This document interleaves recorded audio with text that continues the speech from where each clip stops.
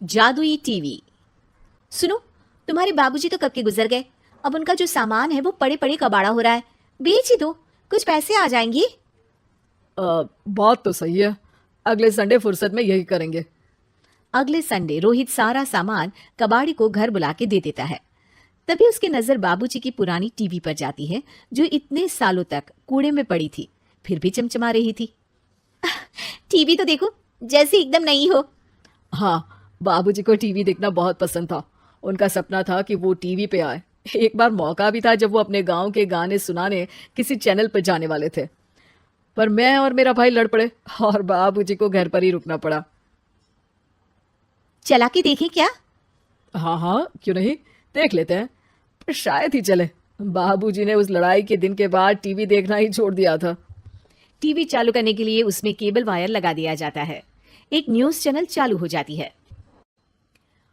स्वर्ग की सीढ़ी के रास्ते हैं तीन, तीनों के तीन रास्ते हैं संगीन। पहला रास्ता है सांप की बीन, दूसरा रास्ता घर में बिछा कालीन, तीसरा रास्ता कलकत्ता से चीन। ये क्या बकवास खबर है, कुछ अच्छा लगा दो। अरे आप बोलो तो सही, कोई अच्छी खबर सुना देता हूं। मेरा तो काम ही खबर देना है। अरे बाप रे, टीवी बात कर रही है। हाँ, ये न्यूज वाला मुझसे। हाँ हाँ, आपसे ही तो बात करूंगा ना, आपके घर में हूं तो। अरे ये सपना है क्या?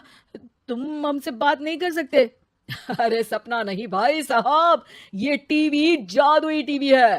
बोलो क्या खबर सुननी है, वरना ब्रेक लेने का टाइम आ जाएगा। सुप्रिया घबरा के टीवी बंद कर देती है। वो क्या था?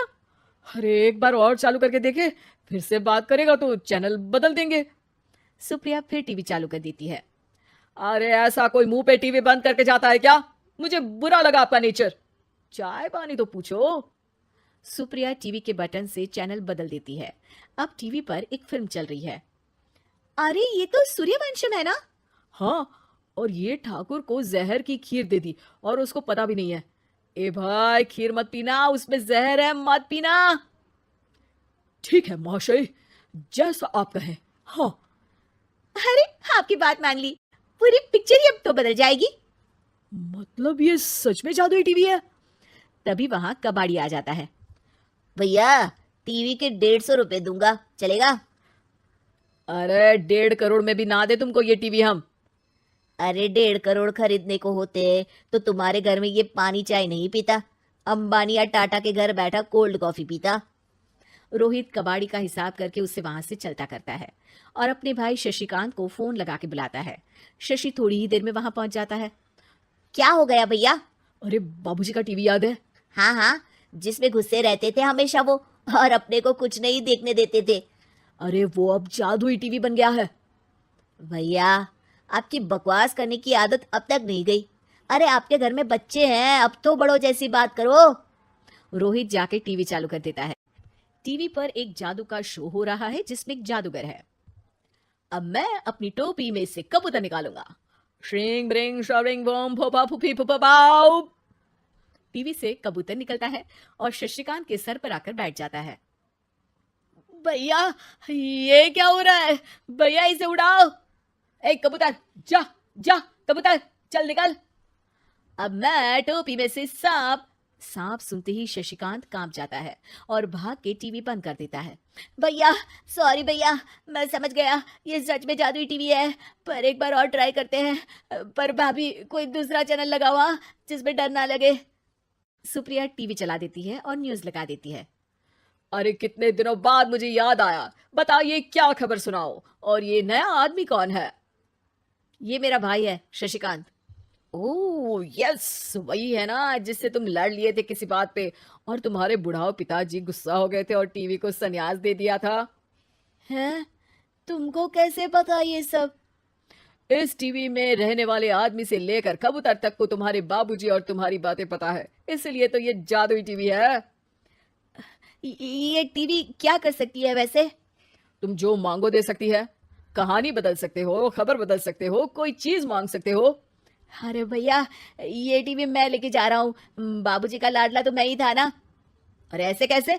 मैं बड़ा बेटा था, अब तक मेरे घर में टीवी थी ना। अब तक कहाँ गए थे पिताजी के लाडले? तुम्हारी गलती का एहसास भी है। अरे भैया ज्यादा ना बोलो वरना भूल गए आपके दांत तोड़ दिए थे मैंने उस लड़ाई में। मेरी बीवी के सामने मेरी बेइज्जती करता है। रुक दोनों भाई हाथापाई पे उतर जाते हैं। रुक, बताता हूँ तुझे कि कौन बड़ा है। अरे छोटे का दम तो देख लीजिए आप। ये खबर आपके बाबूजी को देता हूँ। तभी टीवी अचानक बंद हो जाता है। अरे शायद टीवी नाराज हो गया। और लड़ लो। आए बड़े खली बनने। टीवी से एक तेज रोशनी निकलती है और टीवी में बाबूजी दिखाई देते हैं। बापूजी आप। इतना चकरा क्यों रहा है? अपने बाप को नहीं पहचानता क्या? ये तो ऐसा ही है बाबूजी। प्रणाम बाबूजी। अरे चुप कर, तुम दोनों ही उल्टे हो। तुम्हारी वजह से मैंने टीवी में आने के सपने को छोड़ दिया, तुम्हारी लड़ाई की वजह से। और तो और, जितना मैं अपनी बीवी को नहीं देखता था उतना टीवी को देखता था, वो भी छोड़ दिया तुम दोनों की लड़ाई की वजह से। और अब मरने के बाद जब मैंने टीवी को जादुई टीवी बना दिया तो भी तुम इसका फल लेने की जगह लड़ रहे हो।